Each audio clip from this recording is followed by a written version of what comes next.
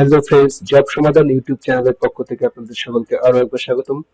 আপনারা যারা এখনো পর্যন্ত এমপ্লয়মেন্ট এক্সচেঞ্জ অ্যানেক্সার 3 ফর্মটি সাবমিট করেননি, তারা অবশ্যই এই ভিডিওটি দেখবেন।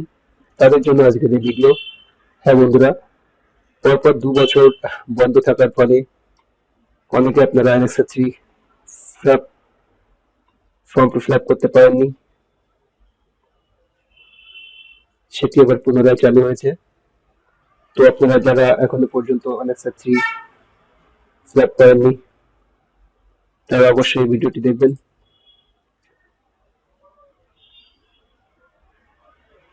যারা এখনো পর্যন্ত ভাতা পাচ্ছেন তাদের জন্য ফর্মটি। লাস্ট ডেট 20 তারিখ থেকে 6 তারিখ পর্যন্ত, এবং সেটি এখনো পর্যন্ত চালু আছে। তো যারা এখন অ্যাপ্লাই করেনি তারা করে নিতে পারেন এরই মধ্যে। তো তার জন্য আপনাকে চলে আসতে হবে এমপ্লয়মেন্ট ব্যাংক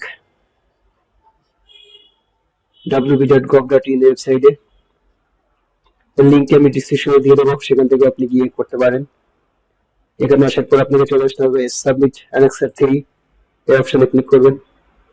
এখানে আপনার আপনার যে ইউজার নেমটি আছে সেটি এখানে সাবমিট করবেন, পাসওয়ার্ডটি এখানে সাবমিট করবেন এবং সিকিউরিটি পিন দেওয়ার পরে আপনি এটা সাবমিট করবেন। আপনার ফর্মটি ওপেন হয়ে যাবে।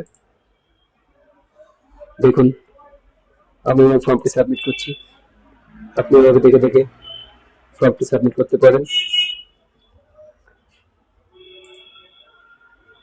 এখানে আপনার ডকুমেন্টস ডিটেলস শো করবে,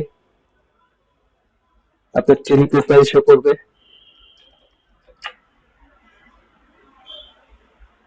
আপনাকে পরপর স্টেপ বাই স্টেপ ফর্মটি ফিল আপ করতে হবে।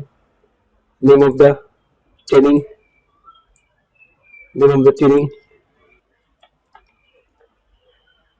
এবং কোথা থেকে এই সেন্টারটি, কোথাকার সেন্টার, এই সেন্টারটির address, center name, date of joining date যবে থেকে শুরু করেছেন সেদিন থেকে শুরু করে এন্ড ডেট আপনি আজকের ডেট পর্যন্ত করতে পারেন। যদি আপনার কোর্সটি এখনো চলে থাকে এখানে আপনি কন্টিনিউ লিখতে পারেন।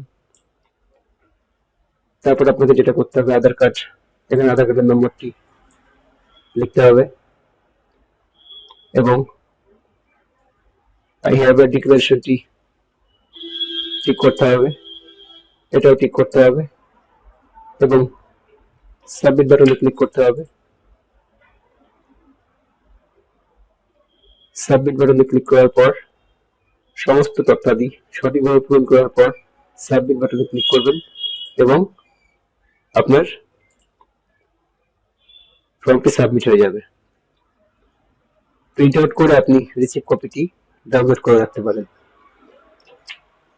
তো আপনারা এখনো পর্যন্ত যারা এই ফর্মটি সাবমিট করেননি, যারা টাকা পাচ্ছেন, তারা অবশ্যই এটি সাবমিট করুন। এখনো পর্যন্ত চালু আছে, আর বেশি দেরি করলে হয়তো এক্সপায়ার ডেট হয়ে যাবে। তো পুনরায় ফর্মটি সাবমিট করুন এবং প্রিন্ট আউটটি তুলে নিন। এই ছিল আজকের ভিডিও। সকলকে দেখার জন্য ধন্যবাদ।